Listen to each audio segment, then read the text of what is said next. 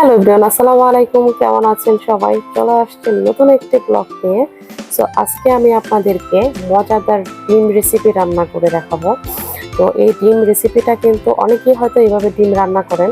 তারপরেও আজকে আমি যেভাবে ডিম রান্না করেছি সেভাবে ডিম রান্না করে খাওয়ার চেষ্টা করবেন, তাহলে অবশ্যই ভালো লাগবে।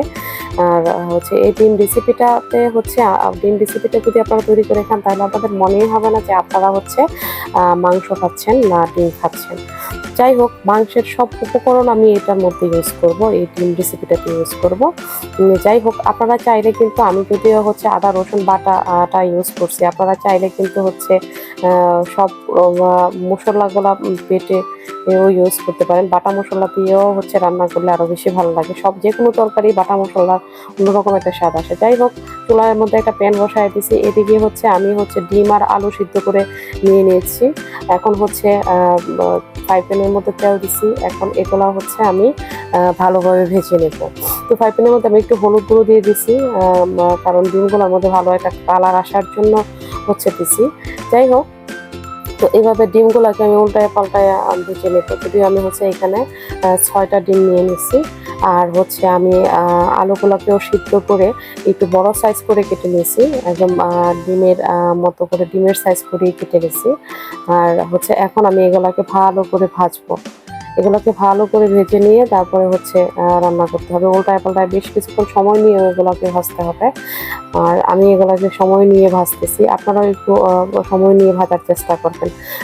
এই ডিম আর আলু যত বেশি ভালো ভাজা হবে তত কিন্তু খেতে তরকারি রেসিপিটা খেতে ভালো লাগবে। যাই হোক, এভাবে উল্টায় পাল্টায় সময় নিয়ে আমি ভাজতেছি।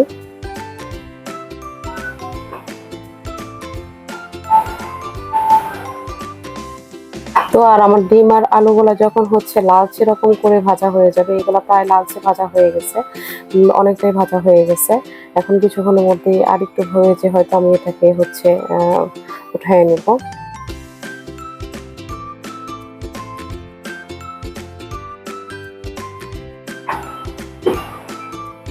আমার ডিম আলু প্রায় ভাজা হয়ে গিয়েছে, আমি এটাকে এখন সরাই নিয়ে চুলার মধ্যে অন্য একটা প্যান বসায় দিব।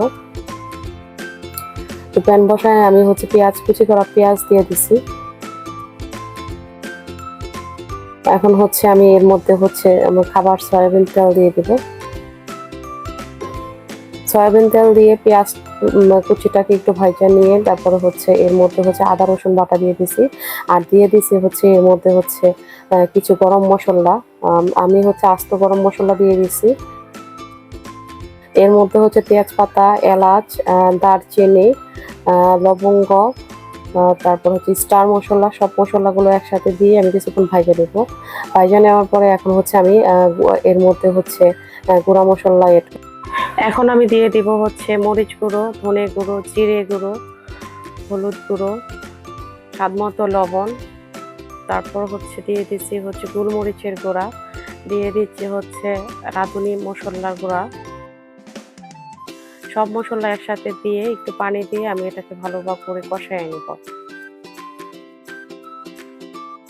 আর আর এখন হচ্ছে আমি ভেজে রাখা আলু আর হচ্ছে ডিমগুলো দিয়ে দিব। এগুলোকে দিয়ে ঢাকা দিয়ে কিছুক্ষণ আমি এগুলোকে ভালো করে কষায় নিব। ঢাকা দিয়ে আবার একটু নাড়াচাড়া করে আবার ঢাকা দিয়ে ঢেকে দিব। এভাবে কিছুক্ষণ রাখা কষানোর পরে আমি এর মধ্যে হচ্ছে পানি দিয়ে দিব। এখন ঢাকা দিয়ে আবারও কিছুক্ষণ মিডিয়াম আঁচে এটাকে রান্না করে নিব।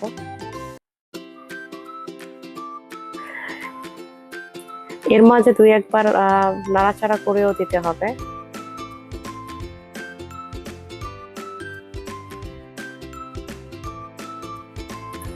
এইভাবে কিছুক্ষণ রান্না করে নিতে হবে।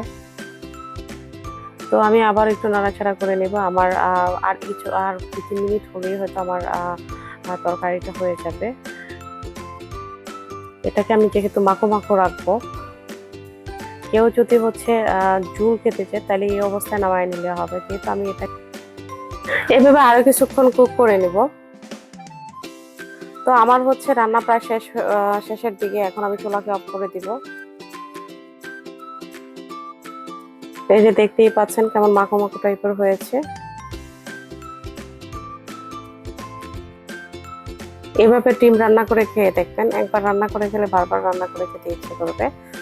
সত্যি এভাবে ডিম রান্না করে খেলে খুবই ভালো লাগে। যাই হোক, আপনারা এইভাবে রান্না করে খেয়ে অবশ্যই আমাকে কমেন্ট করে জানাবেন। ভালো লাগলে অবশ্যই সাবস্ক্রাইব করে দিবেন, কমেন্ট করে জানাবেন। ভালো থাকবেন সবাই, টেক কেয়ার, আল্লাহ হাফেজ।